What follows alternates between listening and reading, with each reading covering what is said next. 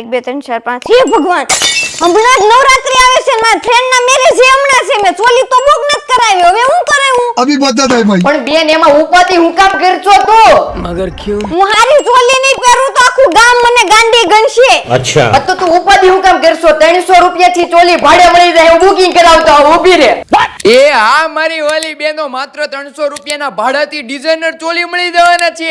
હેતલબેન નાકરાણી ઘરેથી જ ચોલી ડિઝાઇન કરે છે અને પોતે જ બનાવે છે. મહાદેવ બ્યુટીક ચલાવી રહ્યા છે.